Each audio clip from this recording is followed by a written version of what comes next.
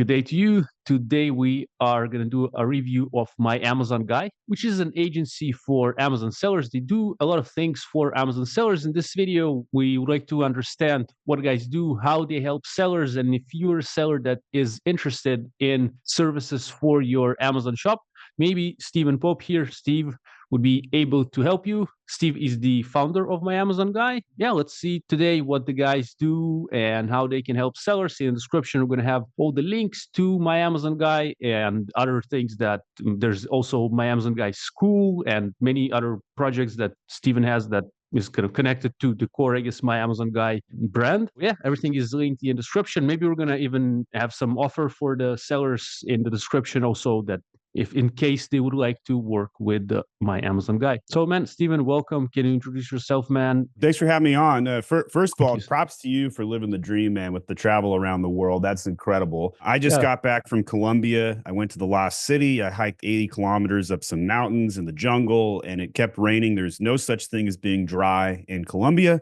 There's only levels of dampness. And I'm sure you can relate to that with your travels around the world from Thailand to India and everything else that you've done. So props to you for that. So a little bit about me. I manage $1.2 billion in annual revenue on Amazon from all the clients that we manage at MAG, 400 brands that we work with. And the agency grosses $20 million a year. So we're one of the largest independently owned Amazon agencies. And I'm here to answer any questions. Yeah, man. Very nice results. That's amazing. And you also sell on Amazon. You have a few shops that you run yourself. So that's pretty cool. So it's Yeah. kind of based on experience. That's pretty cool when you mix the selling and the service providing, I think. So I'm a better agency than I am a seller. So private fair label enough. wise, I never got above about, 1.2 million dollars a year. But retail arbitrage, I have an $8.5 million account on that as well, with an 18% net margin. So I do know what I'm doing, but I also make lots of mistakes. And personally, I like to listen to the successful guys who shared their mistakes, because generally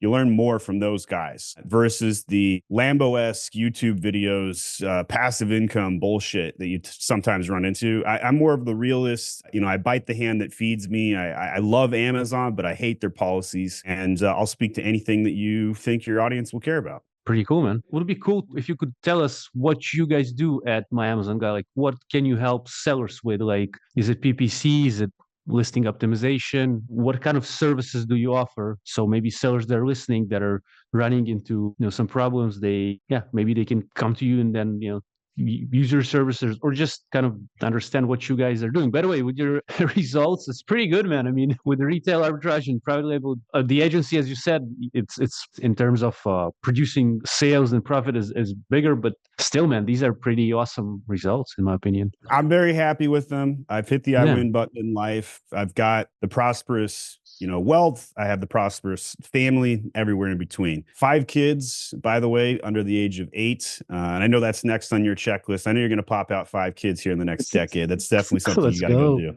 But I'm itching to do lots of travel myself. But yeah, so this is a rare opportunity, because normally when I go around and I podcast and I talk to people, they want to ask me technical questions, and so it's a rare opportunity for me to quote unquote sell myself. So I'm going to embrace that and dive in. So on the screen, I am sharing our full service management page to kind of demonstrate what we do at MAG. And if anybody else wants to look at this, you can replicate it by just simply typing in myamazonguy.com/FS, standing for full service, or click the service button at my homepage. And so on here, I'll do a walkthrough, but in essence, high level, we do anything that grows sales on Amazon that is digital. And there's generally 2 divisions: traffic generation and conversion improvements. Under traffic generation, there is PPC, SEO, and click-through rate, CTR. I'm a big proponent of click-through rate. I think it's of equal importance to pay-per-click, and we can talk about that today. On the conversion side, it's design, merchandising, and all of the catalog troubleshooting challenges that sellers face. And so, sometimes when you talk to an Amazon buyer, they're like, man, I love Amazon, 2-button click and brown boxes show up at my house. Sellers, on the other hand, have a much different experience, because Jeff Bezos didn't give a shit about them, right? Like Jeff Bezos is like on his yacht right now, laughing hyena style about, what sellers experience, right? And so sellers are very jaded when I talk to them, and they see Amazon as an 800-pound gorilla. And so those troubleshooting things are very underrated. And that's really what made me famous. I think 2,200 videos on YouTube and several hundred of them are specifically on troubleshooting error codes, dealing with seller Yep. support and all those things. So that's the high level. The last thing I'll mention, then you can start, ask me more questions. But on the screen here, you'll see a circle with rotational cycles. And I think a lot of people view certain aspects of selling on Amazon as set and forget. And that's a huge mistake because you wouldn't set up a $10,000 PPC campaign and then never go back and optimize the bids. But that's exactly what a lot of people do with SEO, with click-through rate, with design. Oh, I built my A+ contact in 2018 and never touched it again. What a lost opportunity, right? First of all, you need to refresh everything. Now, the problem is that often sellers are just simply overwhelmed, right? So when you look at the list of things that you can do on a daily basis, there's like 1,000 things you could do. You could work on your PPC today. You could work on your SEO, your design, your merchandising, your catalog troubleshooting, the seller support tickets, the refunds, the click-through rate, the auditing of general things, making more shipment plans. I need to write some more copy. I've got to update the platform. I've got to make some social posts. I've got to look at the reporting. I got to monitor whether there's a hijacker, just on and on and on, right? But in reality, there's only 2 or 3 things that you can get to effectively on a daily basis. So you have to be picky, you have to choose. And so often the case, I try and summarize it down to these basics. And I'm a big proponent of not complicating the selling process on Amazon. I think a lot of people are overcomplicating the process. They sometimes look for the hack. They sometimes look for the 2-step URL, the incentivized reviews, the scummy things and tactics that come and go. But if you just boil it down to the basics, anything that generates traffic and improves conversion rates, a la PPC, SEO, CTR on the traffic side, and on the conversion side, design, merchandising, and catalog troubleshooting. So those are where I hang my hats. Happy to go into any detail, whatever you're curious about.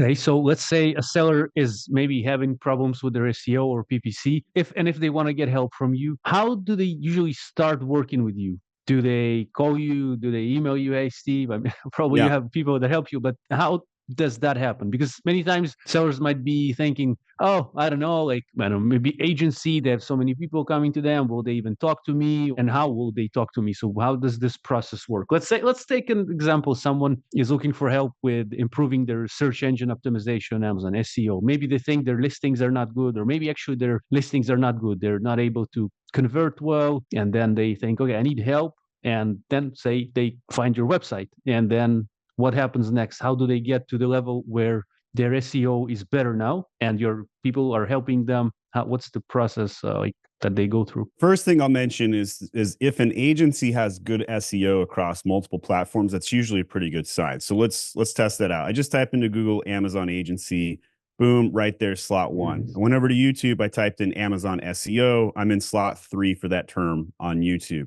Right now, if we go over to Amazon and we look at here, just tell me a random product. Maybe something you've bought on Amazon before, or just any product on your desk. You name it, whatever it is. Desk lamp. Let's write this. Desk lamp. Let's do it. Okay. So I've never bought or looked at a desk lamp before. And I love looking at new products because then I give a different flavor of answers to some of these analysis. So if we look at first, we're in the search page, right? Click-through rate and SEO are married at the hip, and you gotta work on both to do well. So when we're looking down this, and there might be some aesthetics about the type of desk lamp you're looking for, but assuming you had to pick one of the 5 products on screen right here, you had no choice, you had to buy one of these. Which one would you click on first, and why? Not on the number 1 on the left, and not number 4 from the left to the right, because they're quite big. Like they're taking it, at least they take a bit more space on my desk. So I would probably go with that on number 5 from the left. So basically, this slot. Okay. Yes, it's So not the far best right. picture in my opinion. Maybe the other ones are, for my view of the desk, For your that needs. would be correct. Okay. So, all right. So tell me which image you like the most and why. I think I would say the one the one that has the overall pick, because I like the light, shiny lamp. Okay, so not the product you would buy, but the one that you think looks the best is on the far left. Yeah, as far as Yep. the main image, I would say I like just because it's like shines and all that. Yeah. Okay. So, and the shining aspect is what's drawing your eye. Okay. All right. Anything else? You didn't talk about reviews. You didn't talk about price. You didn't mention the title. You didn't talk about the variations or colors. Would any of those influence your decision on click? Yeah, of course. I believe price, reviews, variations, much all you mentioned. So every time I do this exercise, every Hmm. single time, people always talk about the main image. Hmm. And that's why Hmm. I hang my hat on the main image with click-through rate. And so I've done this dozens and dozens of times, and it's always the same conversation, right? People always first, and I ask the same question, which one would you click on first? Why? And it's based on the image. The argument I'm making here is that image affects click-through rate. Okay, so we've established that. So now let's go click on the one that you were interested in, the far right. When we look at this listing, how could we make it better? Right? So you thought the main image could be improved. A couple ways we could do that is by making the light more obvious, making it show a keyword, right? So having the word desk lamp on top of the main image. There's nothing on the monitor for the computer. Hmm. That would be an easy opportunity to throw a picture of a mountain, right? Because the sort of person looking for a desk lamp might be like Vova, who likes to travel around the world, and he sees the mountain pic. That dude's going to click on that pic because he loves mountains, right? Hmm. So there's an opportunity for some lifestyle aspect. You could also put the keyword on the monitor, right? Desk lamp, and that will improve your click-through rate. I've run many, many tests. Anytime you add a keyword, your click-through rate always goes up for that specific keyword. So if it's a 20,000 monthly search volume keyword and you type desk lamp, chances are you're more likely to click on desk lamp if it's on the product packaging, if it's on the product image. So those would be easy ways to do it. Some things I do like about this main image is, it's showcasing the color warmness, if you will, and the opportunity. It's got modes. It's got brightness modes. So it does a good job of that. And then it showcases the accessories, right? So those are things that are sometimes lost that they did a good job on. But by adding a keyword and maybe some lifestyle aspect, I think it would level this up quite a bit. Now, to get to SEO proper, CTR affects SEO. Why? Because the more clicks you get, the more sales you get. The more clicks you get, the higher your rankings will be. The more sales you get, the higher your rankings will be. So there's a strong correlation between CTR and SEO, but I like to break out the conversation because I think people under index on CTR. And so our agency at MAG, we highly focus on CTR because it's such a low-hanging fruit. It's the size of a watermelon. Now, as we scroll down this listing, we didn't see any brand stories, but we did see, there's the brand story. So Amazon's A/B testing, putting the brand story below the A+ content sometimes, but they don't have any links to products, right? Big lost opportunity. Why? Because when you scroll down, you can see horizontal real estate taken up by competitors, and it's the same aspect of all of the ads that you can see. You can rotate through the ads like this. And so I think there's a huge opportunity to horizontally show real estate for your products. So this brand has at least 2 SKUs, probably has many more. If we click on the brand store, maybe it might only actually be a 4 SKU brand. Well, they've got desk lamp homepage. Yeah, it might be. But in any case, if they have all 4 of their products in the brand story, then people can cross-link it, right? And fun fact, you can fit 96 links into the brand story. And if you put 96 links, let's say you had 96 SKUs in your catalog, 96 times 96, that's a lot of links. That's 9,216 links. Who here would like to have more SEO juice? Everybody's raising their hand. Who here knows that links helps SEO? Well, your brand story is an opportunity to create up to 9,200 internal links within your products, right? Now, most people aren't going to leverage the full 9,200, but at least a few hundred of that, if not a few thousand. That's a lot of SEO juice. So that's a good, SEO hack or takeaway that people need to take advantage of. So what we do as an agency is we come in, we look at a listing, which I've never seen before. We shake it down. We say, hey, how can we improve this? This brand story doesn't show a person. There's no humanization in it. There is some pictures of various people, kids working, studying, that sort of thing. That's good. But the top image stack, not a single eye face shot. They do show people, but nobody's looking directly at the camera. So like this woman with squinty eyes is definitely not ideal. So we would try and improve that. I think the infographics are in pretty good shape, but is orange the right color? Maybe we need to run an A/B test or two. Is the pricing correct? How often have they changed pricing? So we look at something like this. Here's a year of data. Looks like these guys changed their price almost once a month, like clockwork, which helps them. You can see how every time they lower the price, the BSR improves, and then they raise their price and the BSR doesn't get hurt too much. And then they lower their price again, and then it goes even better. But every time they rotate their price down, their BSR recovers for a time period, and it really helps them move some sales. So having dynamic pricing, that's another SEO tactic. And then linking those products. Alt text would be the next thing. So I have a little app here. It's called the Image Alt Text Viewer on Chrome. And if you look at how they set their alt text up, they're calling this photo alt text A+2, alt text A+3, right? So not an SEO expert, just a designer who did their job. Except here's the problem. SEO and design are married together, and photos are for humans, but text are for robots. And if you understand that text is for robots, then you need to keyword stuff everything. You need to keyword stuff alt text. There's 100 characters per photo. You could load 30 photos in A+ content. That's 30 times 100 characters of alt text, which can help you rank your product. Oh, and by the way, it's super easy to figure out what sort of alt text to build. You can use AI. You can use a tool like Cerebro. Sometimes I like to demonstrate like using Perplexity AI. Today, I'm just going to use Helium 10 to show how easy it is to pick keywords to put in alt text. So I click this button. I'm in Cerebro. I'm now going to go click another button to export this over into Frankenstein. And Frankenstein basically just takes away all the superfluous words and then ranks it in order. And then now we have, ironically, D-Desk as the number one keyword, which is potentially a misspelling. Might be a brand name too. And we could take, 100 characters at a time. We could basically copy and paste this 100 characters at a time directly into the alt text of the photo, minus any brand names. But you'll see things like Spanish. Why is Spanish showing up so high? Why are misspellings showing up so high? It's because the consumer types those in at high volumes.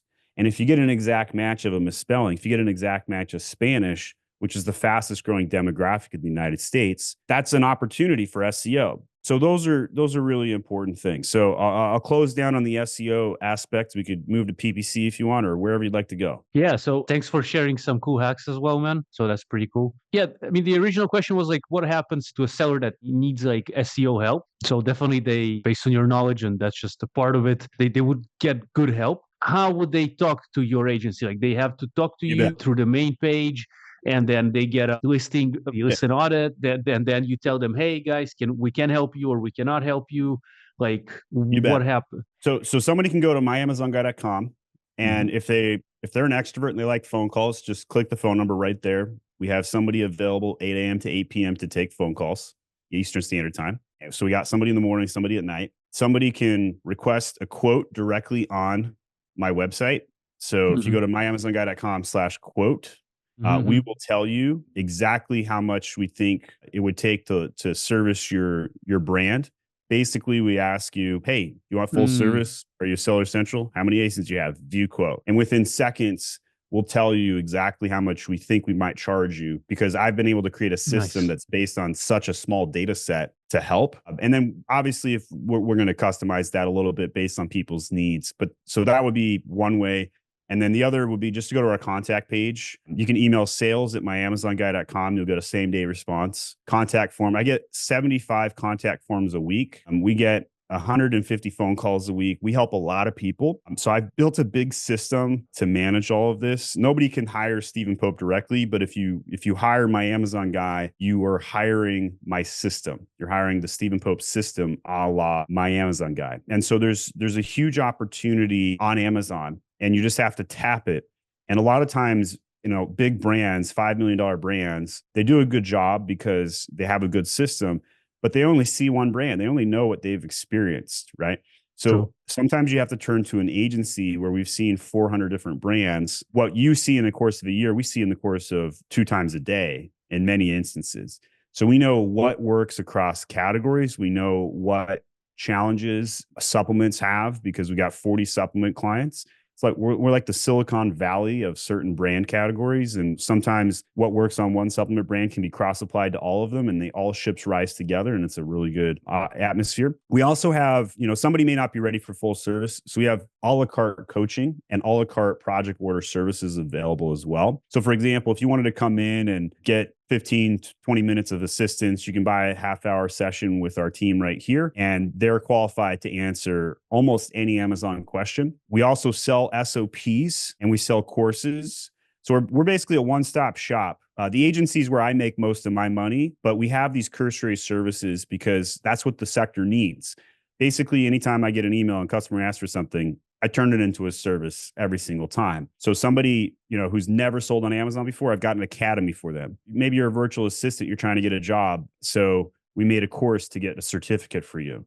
Maybe you're a brand manager and you just need a playbook to go impress your boss. So we have a specific a la carte service available for that. Maybe you're an agency and you need to know how to run your ops. We have agency SOPs. Maybe you're $1 million brand and you need SOPs, but you don't want to ever touch an agency. Well, we have brand SOPs.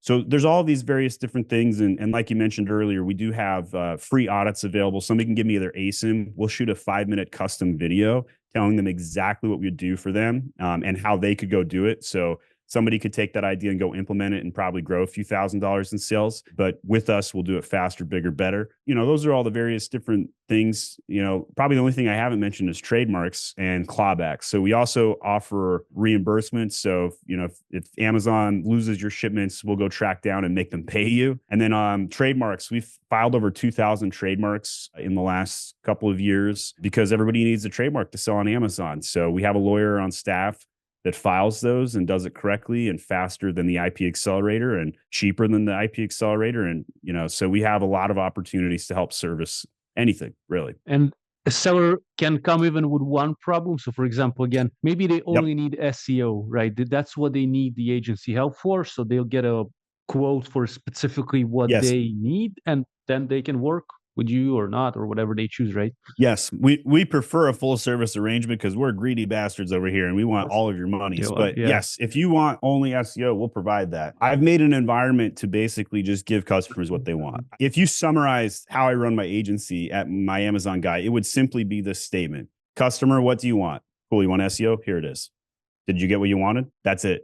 That's my framework. And I think that's a blue ocean framework. And I think a lot of people choose a red ocean strategy sometimes, and they just try and, copy all the other agency competitors. And I think that's a mistake because if you just simply give customers what they want, it's infinitely scalable. I've proven that. I run $1.2 billion on Amazon with this framework. Anybody can do it. It's just sometimes people get lost in the fact that you serve people. You have customers, no matter what you do, product, service, doesn't matter. You have customers. Ask them what they want and give it to them, and then verify you gave them what they were looking for, right? And I think that third step is often lost as well. Very cool, man. Yeah, I have all the links to what you mentioned in the description. So we're going to have basically your website and maybe some other social, we have your YouTube channel as well, and other social media maybe where people can follow you specifically. Another question, man. Brands that do best with you, your best customers, is there something that is common to all of them? So basically, let's say a brand now is thinking, okay, maybe I want to become a client, or or what should they bring to the table in order for them to get the best results with you? I can help any Amazon seller ever in any situation. So I've established that. But the person that I can help the very most, my ideal customer profile, somebody that's doing $40,000 a month on Amazon and doesn't even have A+ content. Those sellers are typically really good at sourcing and logistics and have no idea how to do marketing. And those sellers, I can triple their sales in 90 days, almost always, like just almost always, because that is where I can make them the most money and me the most money. So that's my ICP. I am trying to go upstream. I am trying to, land contracts with $10 million brands. And I have some, do an RFP here and there, but those sales processes take 6-12 months. It's, it's a complicated process and whatnot.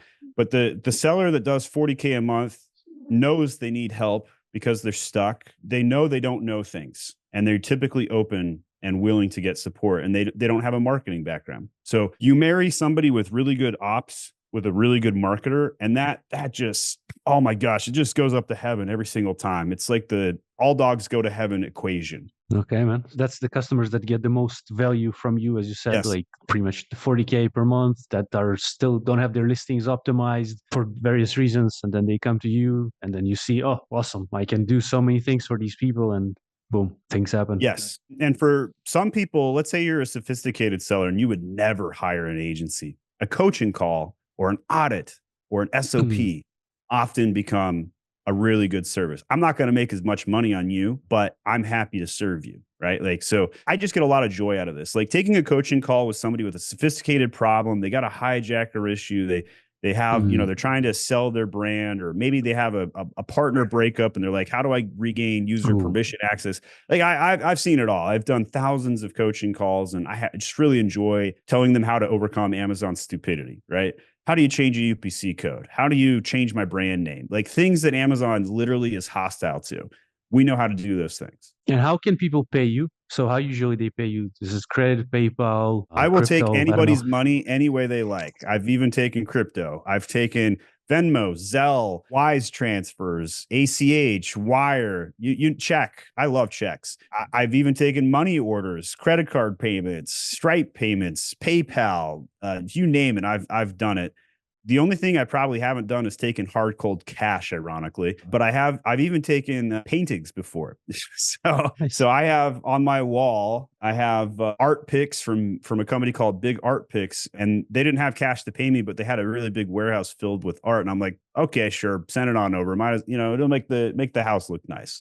Nice, So I've man. done that too. Pretty awesome. And when people pay you, like, is it a contract? So let's say a brand is looking, let's say that's the 40K per month seller. And do they sign a contract for a year, for a month? Is there minimum amount of, Yeah, so my average deal is a 3-month commitment with a rolling 30-day out. We believe that we can pay for ourselves by day 90 on average. And so that's typically where it's fair for both parties, because month 1 most agencies lose money because there's just so much onboarding and heavy lifting.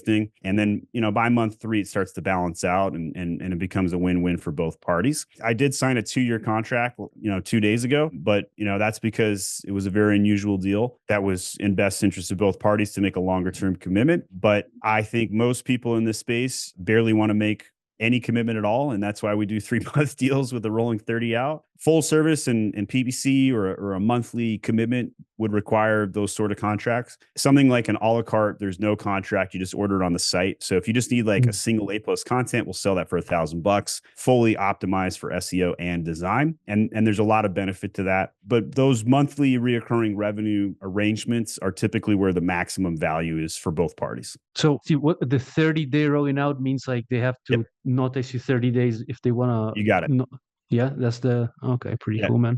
That helps And me with then staffing, right? So yeah, that way I know like how that's what's in it for me. And then what's in it for the brand to have a 30-day out is so that they know I always have staffing there for them.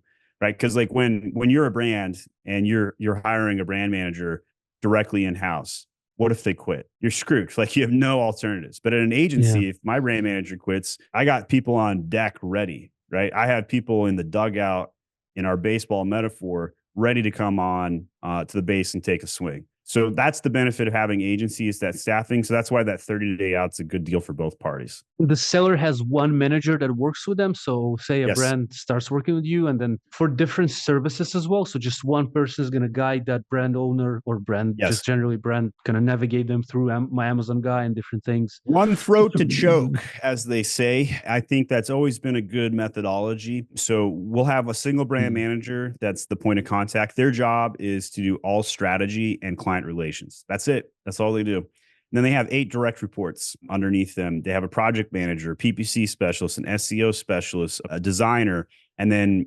merchandisers, troubleshooters, and whatever else is needed to help that account work. We find that that's a perfect pod system. That's exactly what every brand ever needs to be successful on Amazon. The brand manager, basically, I hire strategists. I hire people who are really good at troubleshooting and thinking ahead, and I build them a playbook. So we'll switch the metaphor over to the National Football League, NFL style, American football. And I'm the general manager. I've built the team. I have assembled the players. I have a coach. coach and a quarterback, and I say, quarterback, hey, here's the playbook. You memorize this, you run it, get everybody in line. And then they have their blockers and tacklers, and then they choose where to throw the ball and when and who to give it to when. And then the coach might call a timeout and make an adjustment. That's my directors to say, hey, you know what? I think you should go up the middle this time or whatnot. So that's how I've assembled my Avengers, my starting lineup, if you will. And I think that to make it easy on brands, you need a single point of contact. But for the brands to get the best service, there needs to be a team. And if a seller is unhappy, let's say, sometimes might happen with always some. not sometimes, always. Right? Janet Jackson's song, "What Have You Done For Me Lately?" all the time. Right? Like that's how an agency relationship is viewed. So I see we have a whole client success retention team that's built out to deal with that. Every single day we receive a complaint. There's not a single day that we don't. We have 400 brands that we work with. And so how do you manage? Yeah, so we document every single complaint. We have this pie chart to know where the complaints are. Oh, we have a little bit of a breakdown in PPC. We're seeing an increase in PPC complaints. Maybe we need to start doing more PPC training. Maybe we need to update our SOPs. Maybe we need to audit a few more accounts. So that's how like proactively I systematize it. But in terms of the individual customer, we hear them out. We say, hey, tell us more about this. Make sure we address it, and then we try and go fix it. Most of the time we can. Most of the time we can fix it. It's almost always a communication issue or a growth issue. Like, hey, I asked for this, it didn't get done. Or, hey, I want to double my revenue and you've only increased me 40%. So those are the typical complaints that any agency ever will receive, but absolutely what we see at my Amazon guy.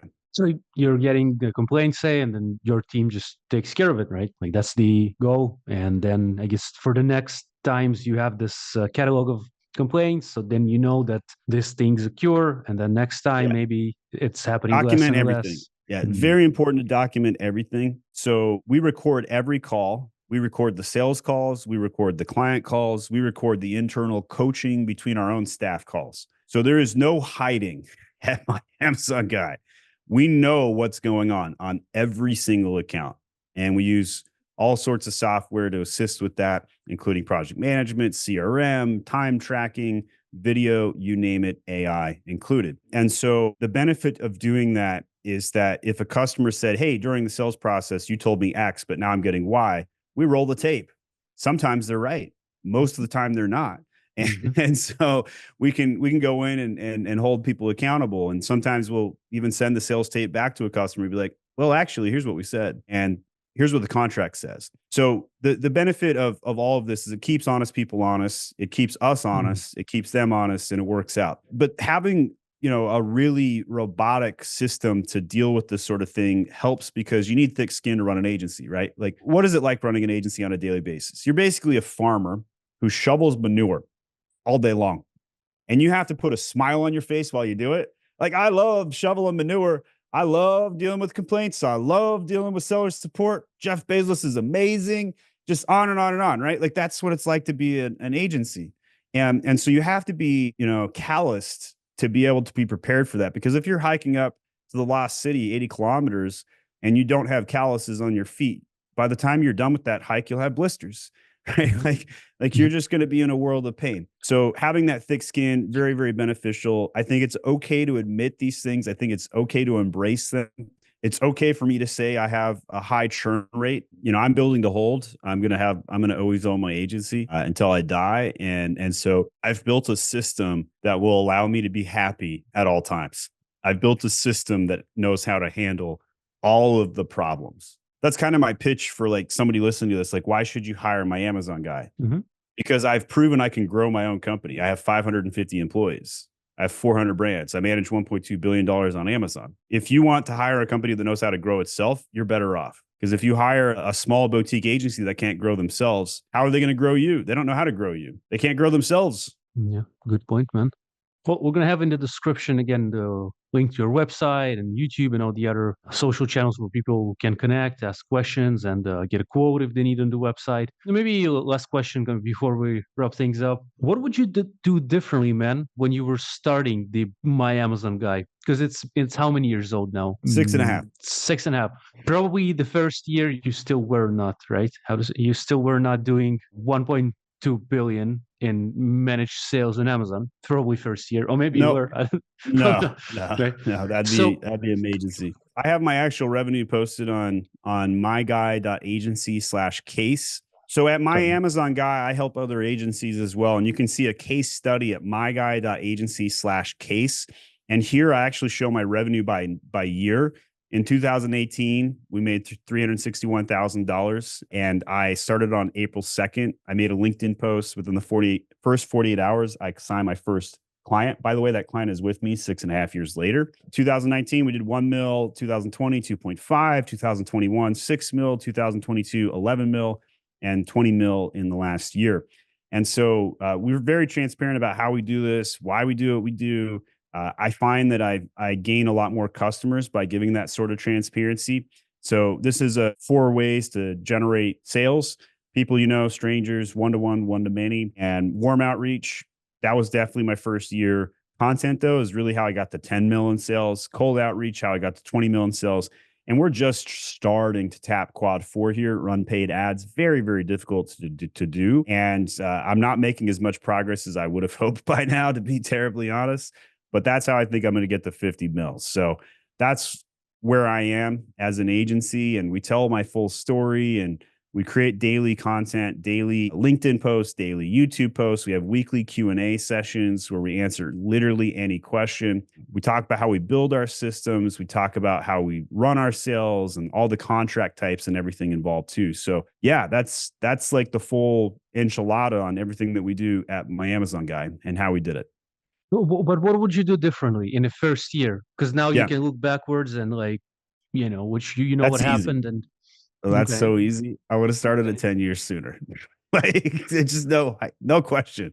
Dude, I was making $200,000 a year as a 30-year-old in salary and on the mhm. corporate track. Today, my bank accounts is well over 8 figures, right? Like, so the Nice. ability to have wealth generated from having my own agency, I wish I had the gumption to start my agency 10 years ago. The trajectory on what I did, how I did it was fantastic. But if I had done this sooner, I would have made the wealth sooner too. And there's no question in my mind. Yeah, awesome. And if you made the last question, because it's very interesting, I hope for you too, man. But what keeps you going, man? I mean, you have a family, that part, which is nice. And I hope that it keeps growing and flourishing and your business is growing well. But what keeps you going and doing that? What kind of drives you, I guess? So I actually hired the Simon Sinek guys, the guys that wrote like Hmm. Why, Start with Hmm. Why, Yeah. to help me answer this question, because I thought I knew, but then I talked to them and I'm like, yeah, I didn't know. And that is, I am leveling up life to accelerate prosperity to the world. That's my why statement. And I want to have a Nice. 1,000-year impact. Right. So Nice. I like to follow in Jesus's footsteps a little bit. So the rabbi talked about how post resurrection, when Jesus came back, he caught his apostles, James, Peter, etc., all back on the fishing boat. So basically, Jesus put his hand into water, pulled his hand out, and the water went back to where it was. And that was not what he taught. Right. So he goes to these fishermen of apostles and, gives them a little talking to. And he's like, you know what, guys, go feed my other sheep. If I needed people who fished, I would have called fishermen, but I need fishers of men. And so that concept, I think, regardless of anybody's personal religion, I think is resonatable. I want to be able to put my hand into water and for the water to change. And I want there to be a 1,000-year impact. I want there to be something that outlives me. Failure for my system, my company to outlive me would be the worst thing that could happen.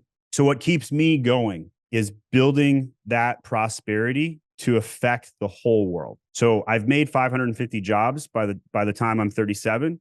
By the time I die, I hope it's well over 10,000. Nice, man. I hope even more for you. You know what I mean? And I hope that works out. That's amazing, man. I think it's pretty awesome that you're looking to help such big amount of people, but also you have beyond life thinking, what they call. So, you're building something now that whenever you're not with us, hopefully long, long time from Oh, now, but hopefully I live 1,000 years, but that's not going to happen realistically. realistically, most probably not, although the world is changing. But I No, wish you, if you can, then why not do it? Yeah. But yeah, it's just the like kind of the cutting AI roast. version of Stephen Pope will live on 100%. I've said enough crazy things. I've made enough unhinged LinkedIn posts. I've been viral on LinkedIn Lunatics on Reddit, right? So I'm sure the AI version of me will live on. and probably be very close to who I am. But I will enter the grave at some point, and I hope my system outlives me. Yeah, yeah. And hopefully it keeps on impacting people well and helping them live a prosperous and good life, man. So yeah, thank you for sharing. So again, we're gonna have in the description all the links to my Amazon guy and different social channels and website and all the things we mentioned today. We're gonna have it in the description, the case study. Anything else I should have asked you and haven't, or anything else, last words you'd like to share with the world, man? Yeah, ask me what my Please. favorite business book is. Which one it is? It's The Road Less Stupid. I have never read a book that makes me understand the high level and in the weeds of how to run a business like that book. It's better than Traction. It's better than Scaling Up. It is the best business book I've ever read. And it's nobody's talked about this. Like nobody's heard of this book. It is such a sleeper. So The Road Less Stupid, it'll teach you how to think. That would be my last benefit ad for you today. Thank you very much, Steve. We're gonna have it also linked in the description along with the other things. The Road Less Stupid, right? The Road It Less is Stupid. You got it. The Road Less Stupid. I never heard, never read, but I did read You Traction and the will Scaling love Up. it. But this sounds like I will definitely add it to my Anybody to-read who's list. ever read it after I recommend it comes back to me and always tells me, I'm so glad I read that book every single time. Thank you for sharing, man. Thank you for sharing and generally things today. It was fun, man. I hope you enjoyed too. It was Yeah, my pleasure. and just wishing you the best. Thank you. All right. Thank you.